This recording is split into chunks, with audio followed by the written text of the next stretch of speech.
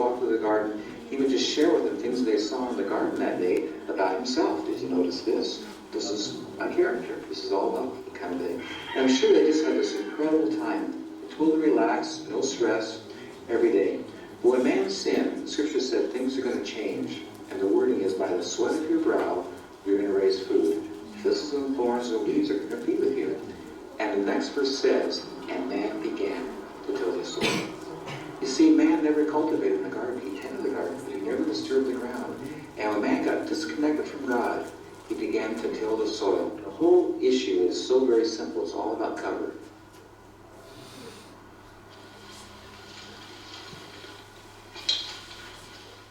Nowhere in nature where man has not been do you ever see exposed dirt. That only happens when man comes and takes the cover. Everywhere in nature where man has not been is either covered with needles and leaves or grasses, but the ground is covered. And the reason is because the ground is a living organism. And as all living organisms, such as ourselves, we have skin to protect us. The animals have fur. Fish have scales. Birds have feathers. And the soil is a living organism. And God has designed it and made it so it's always covered with something. And when you take the cover off, it becomes vulnerable and it gets lost. This is the thing that amazes me about us as intelligent human beings, how we don't see it, because we've been experiencing it for thousands of years in a negative way. We're all around us, all through creation. Everything's just growing beautifully with no work. And we work hard to fail. When we came to the Midwest here 200 years ago, there was 8 to 12 feet of beautiful topsoil. I mean, gorgeous stuff. If you ever fall across the Midwest and you look down at the ground, it's almost scary. It's just parched, cracked, hard, totally desolate. Almost looks like desert. There's 8 inches of topsoil today because it's all blown and washed away, and it's so cultivating. This is not working. We're losing topsoil. And topsoil in nature, it takes 100 years to build an inch of topsoil. I mean, it is criminal and incredibly devastating what we've done to the planet. But we built a house, and we faced a real challenge. We drilled a well at 213 feet, got half a gallon a minute. And if you're doing the math and thinking about that, that's not enough water to do a garden. I'll never forget as long as I live. It was August 1979. You know, it was a great year to build a house. It didn't rain all summer, but boy, in August, all this grass was totally dead. The road coming in was all dust. And I'm looking at that and saying, God, how am I going to grow fruits without water? And it was so incredible. I hear inside, he says, well, you're looking at the wrong thing. Turn around and look at your trees. And I pushed enough out when I built the house that I knew they had shallow roots. And I says, you know, God, you really have my attention. If you can show me how you do these without irrigation, I can do an orchard. So I went out to the woods of the fork, and I started moving this material underneath the trees, and I was totally amazed. This beautiful, soft, black, damp, incredible compost. And when I saw that, I says, well, I can do this. This makes sense. So I started planting the trees out there, and at that time I had, straw and sheep, and we were not using wood chips. And it's been amazing. This orchard's been here 31 years now. It's never been watered or fertilized once. It goes through droughts or whatever, and it's just every year it gets better. As I was doing this orchard, experiencing these incredible results, because I was a creature of habit, and because our nature is to do things as we were taught, and not to inquire from God, I says, okay, God, thanks for the help, but I can handle this on my own. And so for, I think, probably 17 years, I was out here diligently, rototilling, hauling in organic material. You can see a place over here, my major rock pile. This is my altar. This is where all the rocks that came out of my garden over here. And I'm just doing this stuff, and I'm feeling I'm on this treadmill, just running in place, going nowhere, feeling like, oh, I'm going to keep up with this. Every spring, the ground is totally muddy and wet. When I tilled it, it turned to weeds in 5 to 7 days, solid green with weeds. I planted things 3 feet apart so I could rototill, do the weeding with the tiller. And it was just labor intensive. And one day I got on my orchard, I don't know what motivated me, I got on my knees and I started moving these wood chips. And I'm down to my elbow in this beautiful black compost. And I got up and started screaming. I was so angry. I said, there's something wrong with this picture. I haven't killed myself to get this in my garden. I don't have it. I didn't do anything here. And I hear inside, well, it works when you get garden the same way. You didn't ask. I was so angry. I threw that tiller away. And I started covering my garden with wood chips. My name is Paul Gapchi, and I was raised as a gardener. My parents grew all of our food in Los Angeles as I grew up. I remember as a 5-year-old kid, my dad on Saturday morning waking us up and saying, well, we got to head off into the horse stables to get some horse manure today. So we went down to a rental yard, got a trailer, and went to horse stables and loaded up manure, and came home and spread out in the garden and spaded it in. And as kids, we wore shovels out, spading in heavy clay ground, mixing soil. And if I try to help nature at any level, I mess it up. My approach now is just to look what it does, and I says, talk to me, show me what you're doing, because I want to copy it, because it does it the best. I have two properties that I'm doing this on. One, this one here, the ground is clay and rock. It would be impossible to farm. It would be considered, from the agricultural point of view, as marginal soil. The other place I have is 80% rock, totally gravel pit. You couldn't possibly till it. You couldn't possibly cultivate it. And in both of those places, I'm experiencing the most incredible, beautiful gardens. I love that scripture where it says, as we behold the Lord, we're being changed from glory to glory. And I find that anything that comes in contact with God gets changed, including clay and rock and rock. It's just so awesome to take people and take them back and show them my incredible ground. You can't break with a pick. And walk on this stuff, it's totally buoyant, everything's just growing great, you know. I didn't do anything, I just put the cover down and God does it all. Whatever organic, natural thing you have at your disposal, it will work. And I've used everything from straw, grass clippings, leaves, animal manures, rocks. But having used them all, I come back to wood chips and I see where it's been for a while, what it's done. It is my favorite. It just is the nicest thing to use. First of all, when I speak of wood chips, I want to delineate between wood chips and other things that people put in the same category, such as bark or shavings or sawdust. Wood chips, when I say wood chips, I'm referring to branches that have been chipped. Branches of trees, which is about 90% needles and leaves, have gone through a chipper or a tub grinder. What I find quite interesting is that the issues we have in agriculture, and I'll just list them: soil preparation, fertilization, irrigation, weed control, pest issues, crop rotation, pH issues. None of those issues exist in nature. And what I'm finding at my place, none of them exist here either. And I feel just so thankful to be set free from that. I mean, there's no tilling, there's no digging, there's no nothing. This is it. This is the only tool I need. Mm-hmm. And it is awesome. My roses love it. Everything loves it.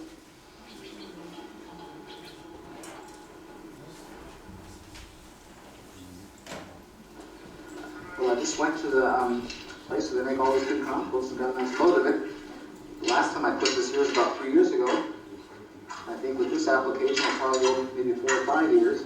I'm finding that this stuff is like compounding interest.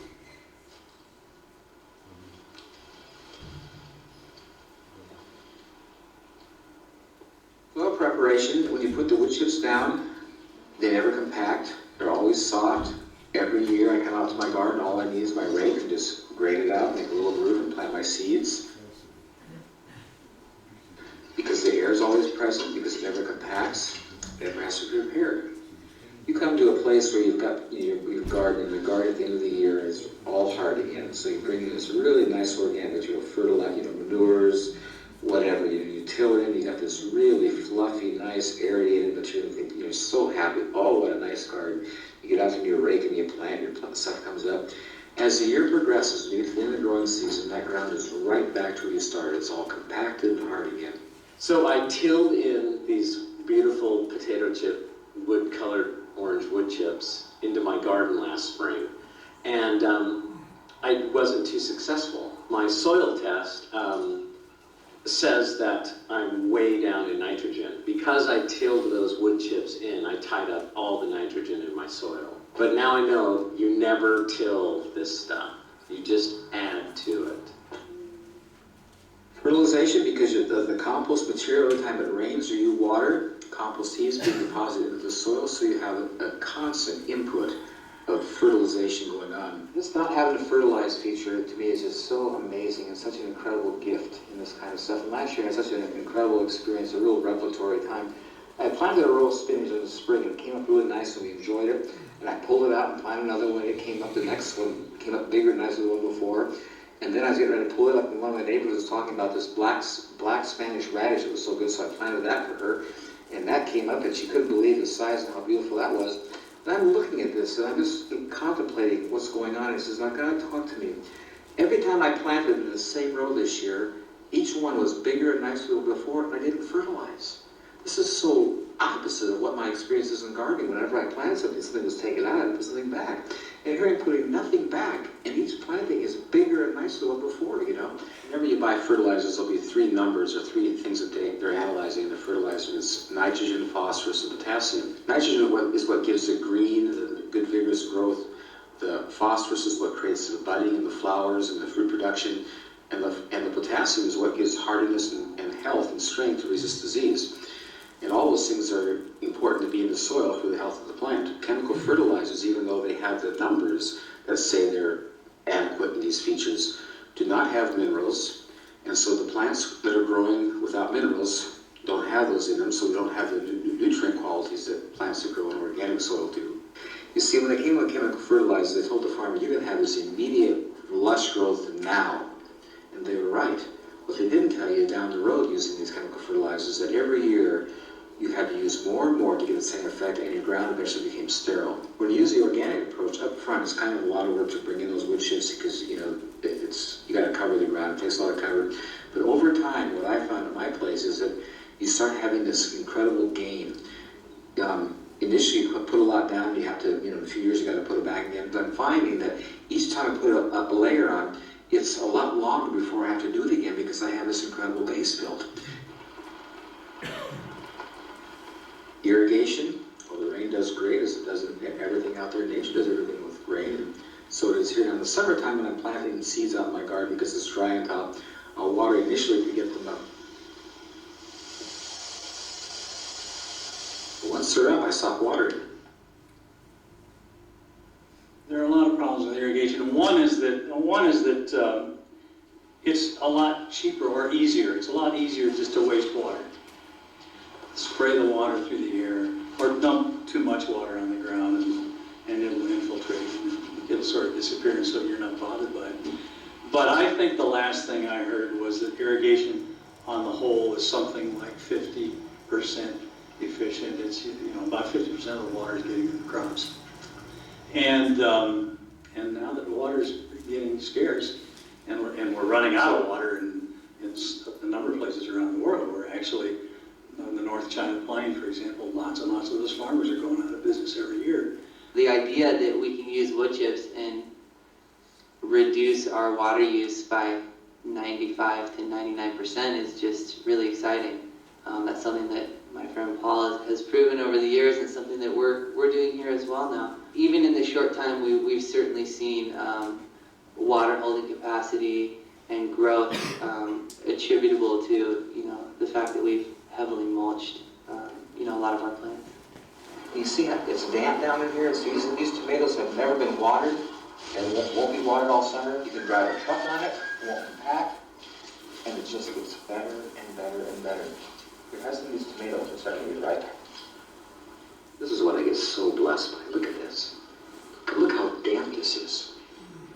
And this is August, and it's going to stay this way. This will never dry out. This is right up to water. We're in dirt. You won't experience this. It's going to be compact on top. You dig down, it's dry. And look at this beautiful material. In nature, you know, the ground, it maintains and holds that water, so it's always there. It's always available to plants on a continuous basis because of the capacity to hold it, you know. And watering from the top is so counterproductive in a garden situation because it's just, you know, not as effective as, you know, sub-irrigation or material that holds water, so you just live off the rain.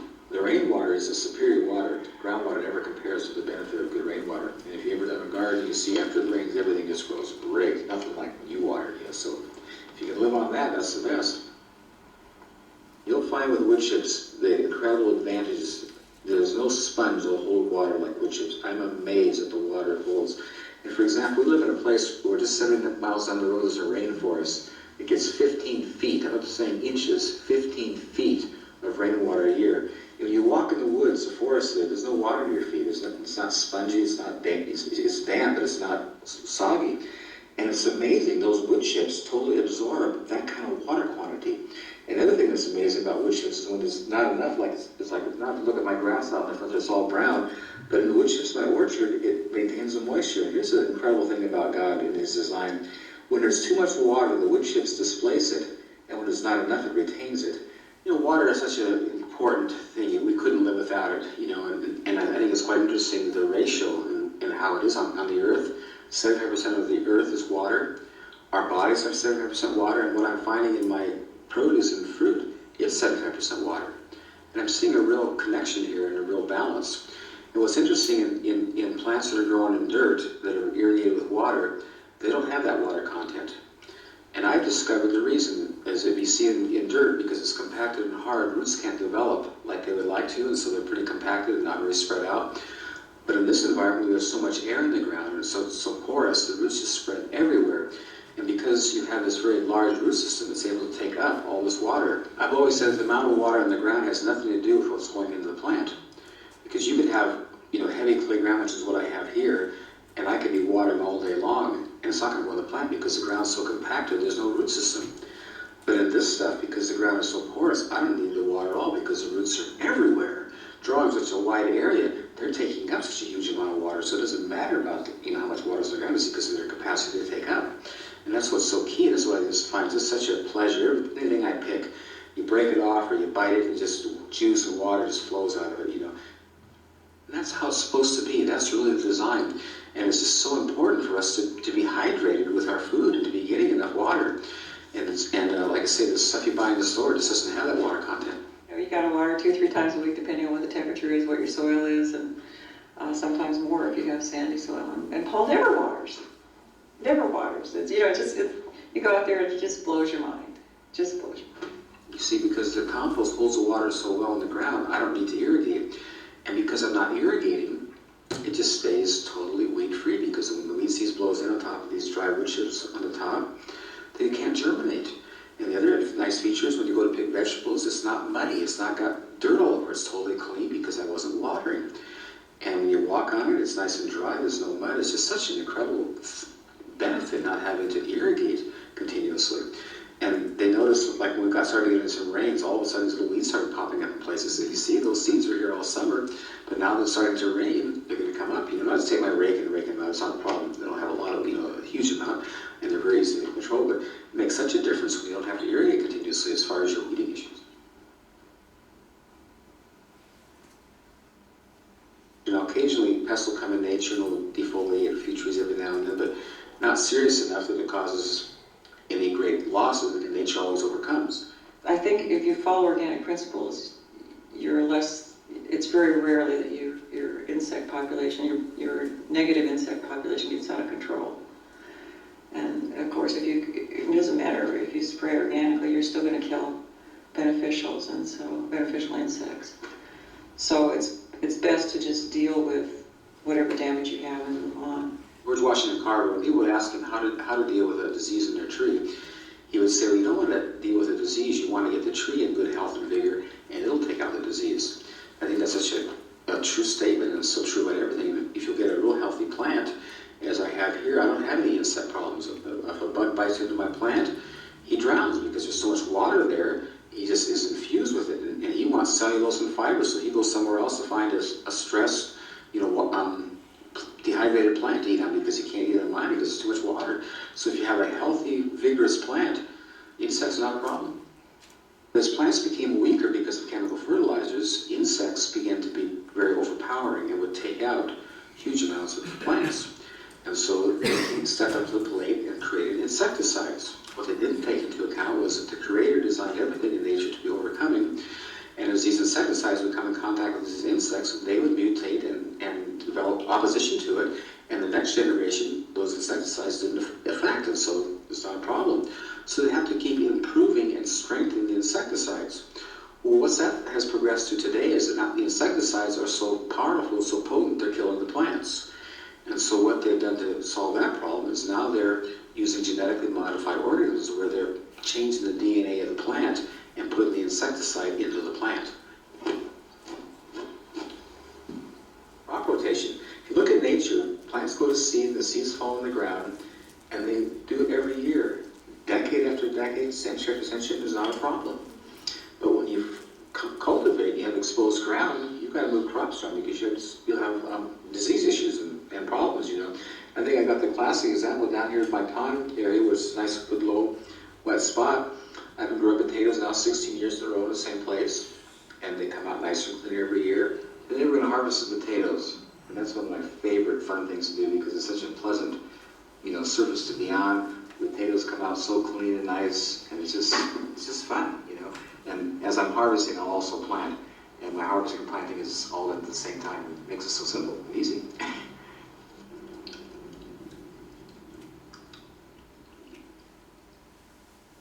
pH is I have over here in my herb garden, I've got blueberries, which everyone knows is a very acid-loving plant. But right next to it, I can grow Swiss chard or cucumbers or anything else that's alkaline, and it does well too. So here I see again all those things that we work so hard to correct: soil preparation, fertilization, irrigation, weed control, pest issues, crop rotation, pH issues. In nature, it's just all beautifully done by itself. And so I just enjoy having the convenience, and it just makes it so much easier.